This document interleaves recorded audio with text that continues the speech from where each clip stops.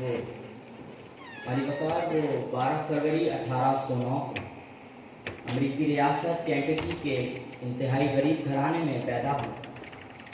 اس کا والد ایک غریب تر خان اور کسان تھا جو اپنی زندگی ایک کمرے کے گھر میں گزار رہا تھا۔ علی وقار اس بچے نے ہوش سنبھالتے ہی اپنے گھر میں غربت اور تنگدستی دیکھی۔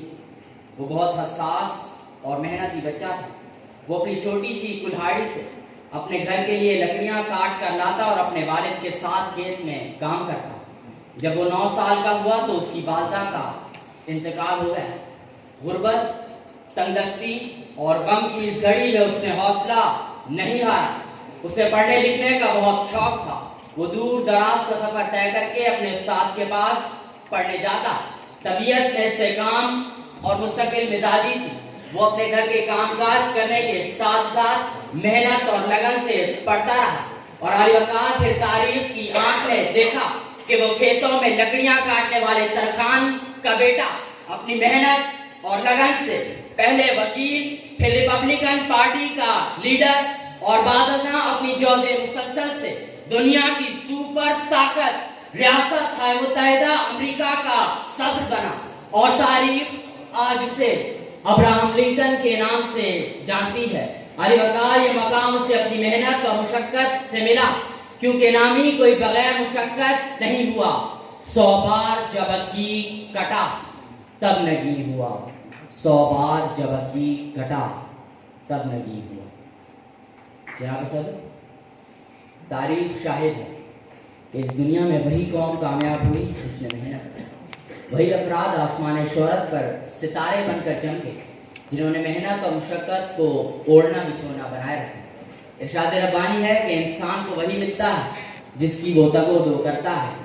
محنت، لگن، جستجو اور جود مسلسل حیات جاویدان کی سب سے بڑی حقیقت ہے۔ محنت اور کوشش ہی سے کائنات کے سربستہ رازوں سے آشنائی حاصل کی جا سکتی ہے۔ جو مشقت کی ذلت اٹھاتے ہیں جہاں میں آخر انہی کو بڑائی ملتی ہے۔ علی وقار میں جب ایک سنتراش کے بیٹے سقراط کو فلسفہ اور حکمت کی دنیا کا بادشاہ دیکھتا ہوں تو کہتا ہوں کہ نامی کوئی بغیر مشقت نہیں ہوا۔ ایک ایک حدیث جمع کرنے کے لیے کئی میل پیدل سفر کرتے امام بخاری رحمۃ اللہ علیہ کو دیکھتا ہوں تو کہتا ہوں کہ نامی کوئی بغیر مشقت نہیں ہوا۔ 100 کتابوں کے مصنف طب میں مشرق و مغرب کے امام ابو علی سینا کو دیکھتا ہوں تو کہتا ہوں کہ نامی کوئی بغیر مشقت نہیں ہوا۔ شمس الدین التمش کو ایک غلام سے نیک اور انصاف پسند بادشاہ بنتے دیکھتا ہوں تو کہتا ہوں کہ نامی کوئی بغیر مشقت نہیں ہوا۔ نیپولین کو ایک ڈاکیے سے فرانس کا عظیم سپہ سالار بنتے دیکھتا ہوں تو کہتا ہوں کہ نامی کوئی بغیر مشقت نہیں ہوا۔ ایک بڑھئی کے بیٹے ہٹلر کو دیکھتا ہوں، ایک موچی کے بیٹے اسٹالن کو دیکھتا ہوں تو کہتا ہوں کہ نامی کوئی بغیر مشقت نہیں ہوا۔ اور علی وقار میں جب ایک نائی کی دکان کے سامنے جوتے پالش کرنے والے جانسن کو امریکہ کا صدر بنتے دیکھتا ہوں تو کہتا ہوں کہ نامی کوئی بغیر مشقت نہیں ہوا۔ امریکہ کا صدر بنتے دیکھتا ہوں تو کہتا ہوں کہ نامی کوئی بغیر مشقت نہیں ہوا۔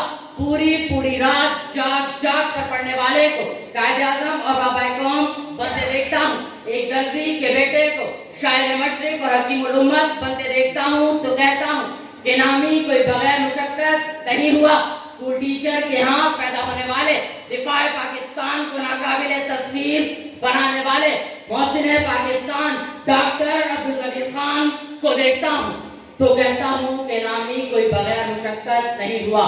علی وقار نظیم بے محنت پیرم کوئی جوہر نہیں کھلتا، روشن شرر پیشہ سے ہے خانہ فرحاد، روشن شرر پیشہ سے ہے خانہ فرحاد۔